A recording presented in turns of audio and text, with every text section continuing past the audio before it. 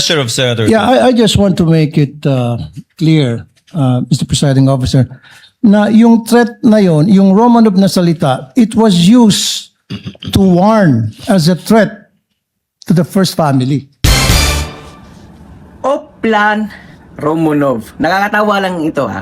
Dahil noong araw, noong nakaraang mga taon, noong ilang buwan, pagkakaalam ng ating mga abogagong senator na si Raffy Tulfo at si Pinky Lacson, ang pagkakaalam nila na itong Oplan Romanovs ay treat sa ating VP Inday Sara Duterte. Anong ginawa? Tahimik, tamimi. Ha? Tahimik, tamimi para bang pipi at bingi itong mga abogagong senators na ito. Walang reaction.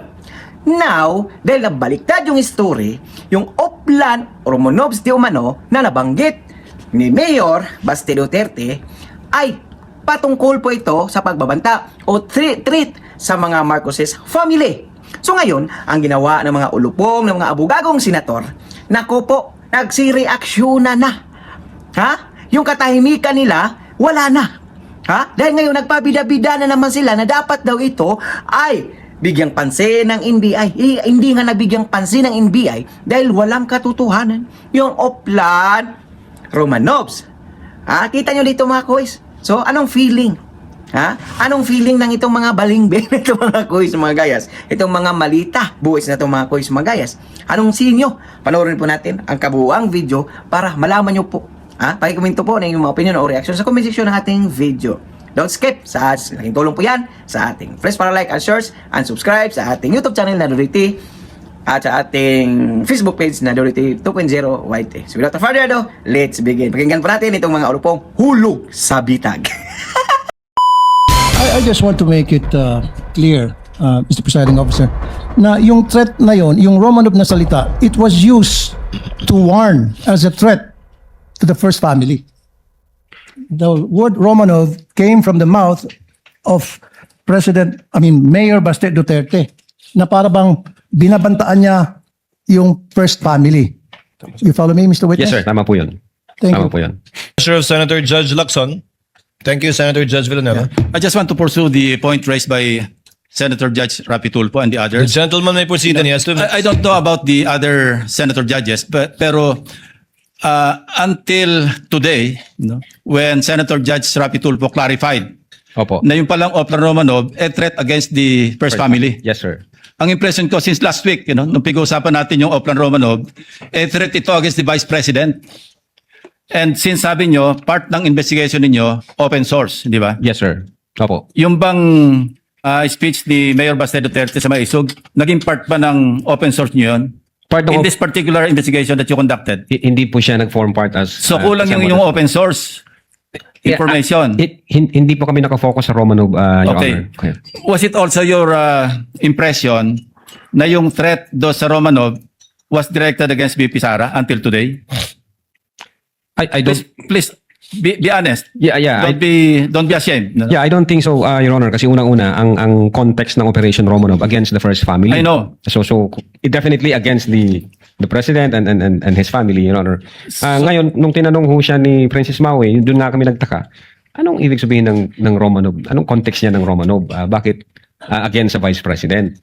Hindi naman sila yung first family. So, yan yung reason po, Your Honor, kung bakit we try to invite Princess Maui na shed us some light para makita namin ano bang ibig mong sabihin doon. Ano ba yung pwede namin i-validate na information para makapag-case build-up kami pag meron. Yes. So bakit hindi naging part ng investigation nyo do sa threat against the life of the President and the First Lady? Kasi family yung binabanggit ni Mayor Basten, di ba? Hindi kasama yung si Speaker Romualdez, hindi kasama yung Chief Justice. Opo. Di ba? Yes, sir. Pero threat against the family, the first family, Yes, sir. as mentioned by Senator Judge Raffy Tulfo. Yes, Your Honor. So, ang sabi mo, hindi naging part ng investigation nyo do sa inyong investigation report or sa affidavit of investigation, yung open source ng Maisog. Hindi po siya nakasama. Bakit hindi napasama? Open source din yun eh. That would reinforce yung inyong theory o yung conclusion nyo na meron talagang serious threat against The first family. the President and the others. Bakit hindi nyo ginawang part do sa affidavit of investigation unless pareho tayo na impression na until today, ang alam natin sa Romanov, a threat against VP Sara. Yeah. Yun ang impression ko since last week, ha? Yun By the way. po yung impression namin nung hindi pa namin nakikita That's sa exactly open my source. question. me put context, no? I'm not close to VP Sara. I'm not close to Mayor Baste. Ang kasama ko sa Congress si former Deputy Speaker Pulong. But in the last 4 years, I think I've seen him twice or thrice. Yes, Your Honor. Okay. But my reading nung sinabi ni Mayor Baste is pag natulog ka sa gabi, remember the Romanovs. So we have to look at our history. The Romanovs were evicted via a revolution. Diba? So, Mayor Baste was doing a parallel ng 1986 na paalis yung mga Marcoses via a revolution. But unlike the Romanovs, the Marcoses were given asylum or whatever you call it in Hawaii, and over time, nakabalik until the president became president. Ang Romanovs, inubos sila para nga hindi makabalik.